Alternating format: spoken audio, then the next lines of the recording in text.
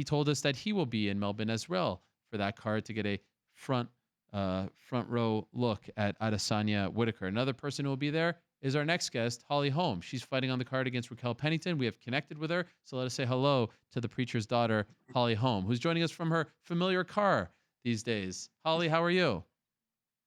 I'm good. I'm always done training right when you guys call.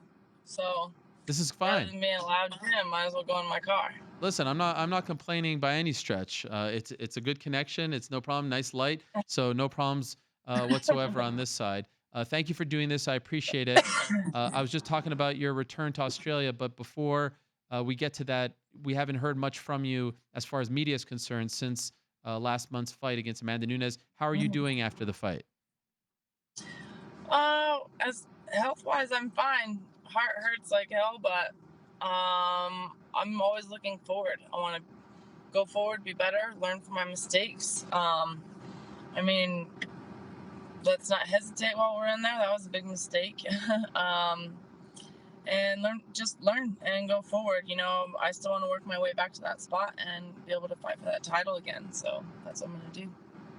Why do you think you were hesitant in the fight? It was just a split second of a hesitation, you know. There's a lot of things that we worked on, a lot of things that were really what we thought they would be. And I felt like, all right, I'm getting her timing. All right, this is going to be here. This is going to be there. And just rather than kind of going forward more like I should have, you know, little things, just let's not throw a kick and stand on one leg and just halfway hold it for a second. Let's not do that again. Did you feel like the early portion of the fight was actually going well for you? Was going well? Like, were you liking the way things were progressing? I feel like I was really like feeling her timing, and I just feel like I didn't let enough go soon enough, you know. But a lot of the things that we were kind of maybe looking for were there. I just wasn't doing. I wasn't really capitalizing soon enough. You know, I let her become offensive and be first too. And you know, every fight, everything is clear hindsight. So there's nothing I can do about it now, but just learn from it and move forward. And you know, it was one round, and any punch can be the last one, any kick can be the last moment of a fight. So really, I just want to keep going forward. I don't feel like,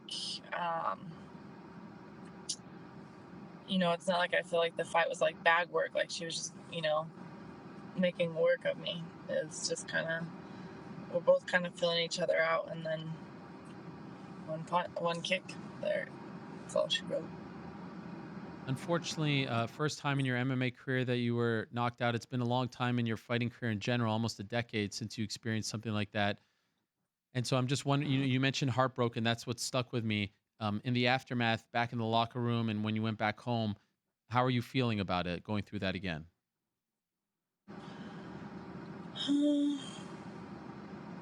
I guess it's just different. You know, the last knockout was, they're all horrible. I don't ever want that. Any loss, I don't care how it is terrible. I feel like my last one was definitely, you know, I had headaches and I was throwing up because I had a concussion. And, you know, this fight, I didn't feel any of that. I didn't have any kind of physical side effects from it. I actually felt fine. But like, that's why I say my heart, that's what aches, you know. It's like, just to have that loss, it sucks. I hate losing. And that's really the only thing that hurts. You know, my body's fine. I'm physically fine. Obviously, I took some time off of sparring just because I don't want to be dumb about it. I want to be smart. I don't want to just go in and be sparring right away. But I've been training since I got back. And as far as conditioning and running and things like that, I mean, yeah, I'm back to sparring now, but there's always smart ways to go about things. But I just always am ready to kind of get back in there and just get back to work. You didn't want to take some time off after suffering a blow like that? I'm off my brain, yeah, to be smart. I didn't spar, Okay. but As far as like work, like running, strength training, that was fine. I was ready to go right away. I mean, I took a 1 week off and went to Mexico. We had a trip planned for one of my friends, 40th birthday. So that was one thing that I had already planned, months in advance before I even knew about the fight. So I was basically down there for just 1 week, and then I just got right back into running, and it's weird for me to not work out. It just doesn't feel right. Mm. What's my purpose of the day? What am I really doing? Have you been able to watch the fight? I watched it. Okay. What's I that watched like? it with my coaches. Um, Honestly, it's every. I always think that certain things in my head, how the fight went, and then I watch a film and I see how it really went, and uh, everything that happened in the fight, I remember happening in the fight, except for the kick. That's the only thing I remember. Um, but I feel like the sooner you face it, the sooner you're gonna make changes and make it better and go forward. You know, I don't want to pretend like it didn't happen, because I'd be living in a dream world. I live in a very real world, and the only way to get better is to look at it, learn from it, and move forward. I could sit here and lie to myself the whole time, but I'd rather just face it, watch it, learn, and go forward. Did you want to return so quickly, or did they come to you? I think is I I don't I don't know who said what first, but I said I want to fight before the end of the year, Okay. and they came back and said, "How about Australia?" I said, "Let's do it." There was really no kind of fight one way or the other. I think it was just like a agreement thing from the get go. I would love to fight before the end of the year, and they said, "How's Australia?" I said, "Okay, I'm not going to be picky. Let's do it." I know that's a quick turnaround, but I'm ready. Let's just train and go forward. My understanding was that perhaps the initial opponent was Katzengano, and then things didn't work out there scheduling wise, and now they ended up with Raquel Pennington. Which fight did you prefer? Whichever one was in front of me, that's the one I prefer, because that's the one I just need to be ready for. And when they first did Kat Zingano, I was excited for it. I always felt like her and I would meet at some point. And so it actually, like, in my mind, I was like, oh, well, this is the time when we're going to meet. Yeah, Kat Zingano, great, let's do that. Kat Zingano, Australia, October, let's do it. And then when I think she had other things going on, couldn't take the fight. So from what I understand, Yes. I don't really know. And so then I thought, well, gosh, I wonder if they'll really look for someone else for October, or if it's going to be a little bit later than that. And then they came back and said Raquel Pennington. I said, great. And this is my first rematch in MMA. I had a lot of rematches in boxing. This is my first rematch in MMA. So it's kind of different, a different feel, and I'm excited for it. And then, I mean, I know it has nothing to do with this, but Kat's released from the UFC. Did you see that? How crazy! Yeah, um, who knows? Who knows if maybe they've asked her a couple times, and maybe I don't know. Um, I don't know the story. Yeah, it is a crazy story. Hopefully, one of these Yeah, days. and so before I even say anything, I'm just gonna say I don't know, because I don't. Okay, fair enough. And of course, the first thing that I thought of when this fight was announced was back in Australia, same building where you shocked the world. The greatest moment of your career, arguably one of the greatest moments in the history of the sport, a moment that will be talked about forever. There's the scene right there. How do you Yep. feel about going back to the exact same place? Different name for the stadium, but it's the exact same building where you beat Ronda Rousey. How do you feel about that? Because then it will just be. I know you're trying to move away from talking about this fight all the time, but now it's just going to bring it up All right. once I again. definitely don't. Yeah, I don't want anything sour to be related with that either. I don't want to go back there and make a bad memory. Let's go back there and make it another great one. Okay, but you're happy to go back. I am. I'm fine going back there. I don't. The travel is what makes it hot. Like, it's long on an airplane. It's just a long travel. But Australia doesn't feel like, I don't know.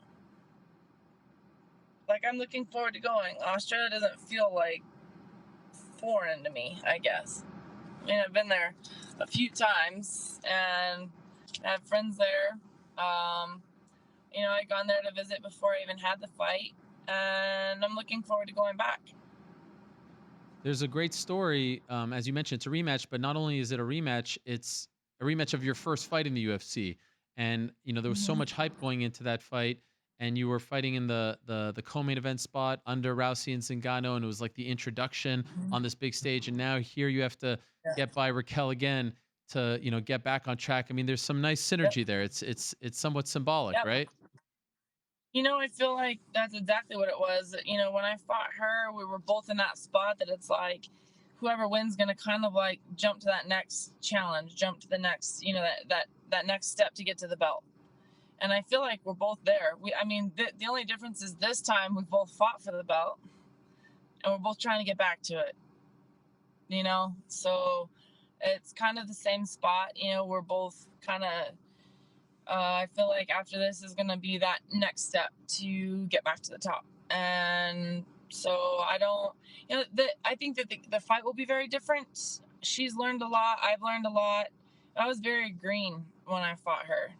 I really didn't have much grappling, wrestling, like I really didn't have like a lot of MMA experience under my belt.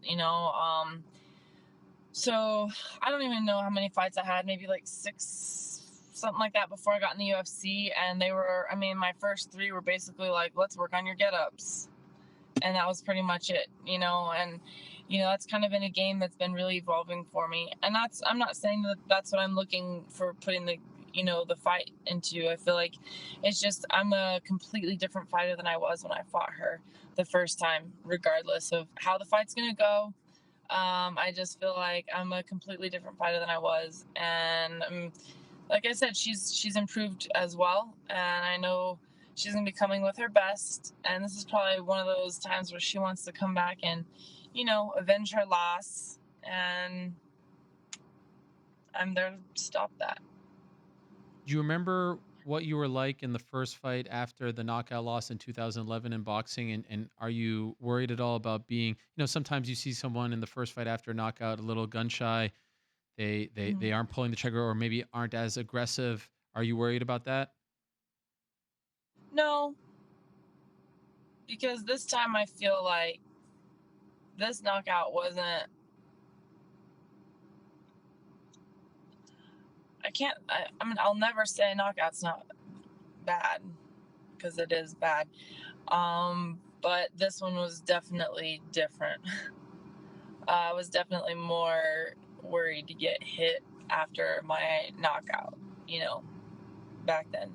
Because that one was one of those you wake up in the morning, sit up on your bed for a minute because you're going to be dizzy, and then you stand up for a minute, and then you'll be a little dizzy, then you kind of get your walk. Like it, that knockout was bad. Not that I really publicly, really so long ago, it's easier for me to talk about it now, but it was a bad concussion. It was a bad knockout. This one, I never felt any kind of physical, you know, problem. So, and then I was kind of like, I wonder how I'm going to feel like my first day back sparring. I went to spar, I felt fine. If a punch happens in a fight, it can happen. Going into my fight with Nunez, I hadn't been knocked out for however many years, and then it happened. So I'm not saying that a knockout can't happen in a fight, but I'll tell you what will help you get knocked out is to be worried about it and hesitant about it and not fight well. That will get you knocked out, and that's why I'm not going to let myself get there. I'm going there with every intention to go in there 100%. Just let's go. Not worry about it. Great answer. And I agree with that take for whatever it's worth. I'm just curious, also done is Amanda versus Germaine Durandamy. You fought both of them. Mhm. Who do you like in that fight? I'm curious to watch this fight. I think that a few things. I think that if you were to ask how this fight was going to go, even 2 years ago, I think everybody would say, "Oh, Amanda Nunes is going to win." And I think that a lot of people, yes, they're going to put their money on Amanda Nunes. But I feel like also Germaine has, I think, gotten a little bit maybe. I think a lot of us were wondering where is Germaine? After I had fought her, she kind of disappeared for a little bit, and then came back. But she's had great performances. She's coming off of a, I think, 16-second knockout. She fought Raquel, actually. She's I think I always say styles make different fights. Nunes and her are tall, long arms, long reach. So it's going to be a different game than a lot of the other fights are. They're used to being longer, more rangy fighter, and now they're facing each other. So I think that they're both coming with some confidence. I think Amanda's coming with a little more confidence. I mean, she's been on a very big winning streak, fighting a lot of the girls that have been right at the top and coming with wins. She's had stoppages and everything, kind of one after another. So I think she's coming in, I've got what it takes. And so it's, if you're going to put your money on it, I think it's people be putting their money on Nunes. But that's not to say that you count Germaine out. You can't count Germaine out. She's got straight punches. She hits pretty hard, and she uses her range well. I think that fight, if one of them doesn't, wind up landing the hard shot, I'm curious how the scrambles will go.